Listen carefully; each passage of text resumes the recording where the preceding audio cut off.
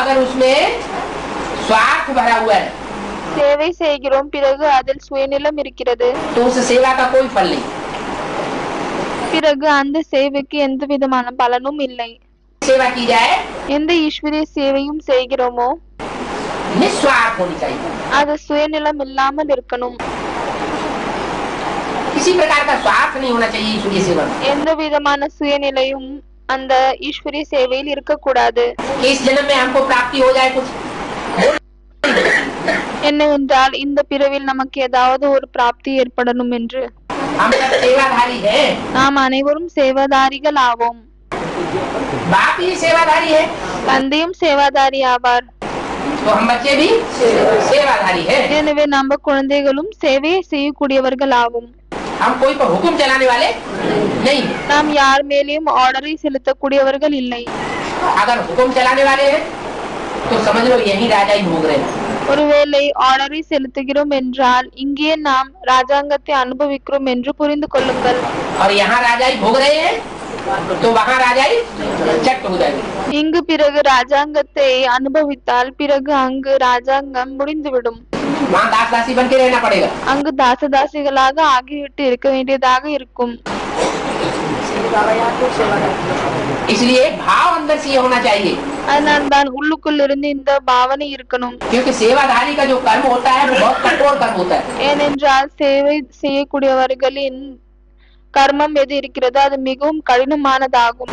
सेवा की सेवा भी करे और जिसकी सेवा करे उसकी बातें भी सुने। சேவையும் செய்யணும், பிறகு யாருடைய சேவையை செய்கிறோமோ அவர்களின் சொற்களையும் கேட்க வேண்டியதாக இருக்கும்.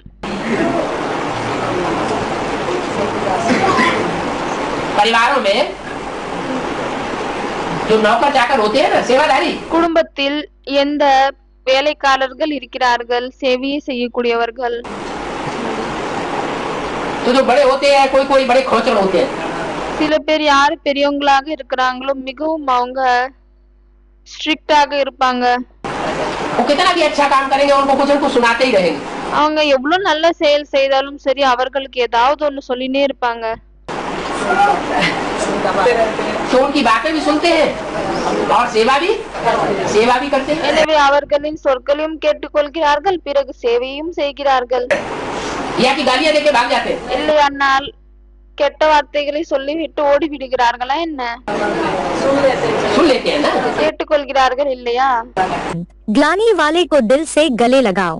அவதூறத்தை செய்யக்கூடியவர்களை மனதால் கழுத்தோடு ஒட்டி கொள்ளுங்கள். बाहर से गले नहीं लगाना, வெளி ரூபத்தில் அவர்களை கட்டிப்பிடிக்காதீர்கள், लेकिन मन से। ஆனால் மனதின் மூலமாக. तो पुण्य के खाते जमा होने में विघ्न रूप यही बात बनती है। எனவே புண்ணியத்தினுடைய கணக்கு சேகரிப்பதில் இந்த விஷயம்தான் தடையின் ரூபத்தில் இருக்கிறது. मुझे दुख लेना भी नहीं है, देना तो है ही नहीं, எனக்கு துக்கத்தை எடுத்துக்கொள்ள கூடாது, தரவும் கூடாது, लेकिन लेना भी नहीं है। ஆனால் எடுத்துக்கொள்ளவும் கூடாது. जब अच्छी चीज नहीं है तो फिर किचड़ा लेकर जमा क्यों करते हो? பிறகு எப்பொழுது நல்ல பொருள் இல்லையோ அந்த குப்பையை ஏன் தனக்கிட்ட சேகரித்து வைக்கிறீர்கள்? जहाँ दुख लिया किचड़ा जमा हुआ, எங்கு துக்கத்தை எடுத்துக்கொள்கிறீர்களோ குப்பை சேகரிக்கிறதோ तो किचड़े से क्या निकलेंगे? எனவே அந்த குப்பையிலிருந்து என்ன வெளியே வரும்? पाप के अंश रूपी जर्म। பாவத்தின் ரூபமாக இருக்கக்கூடிய ஜெர்ம்ஸ் தான் வெளியே வரும். अव्यक्त वाणी तारीख 10 अप्रैल 1991 पृष्ठ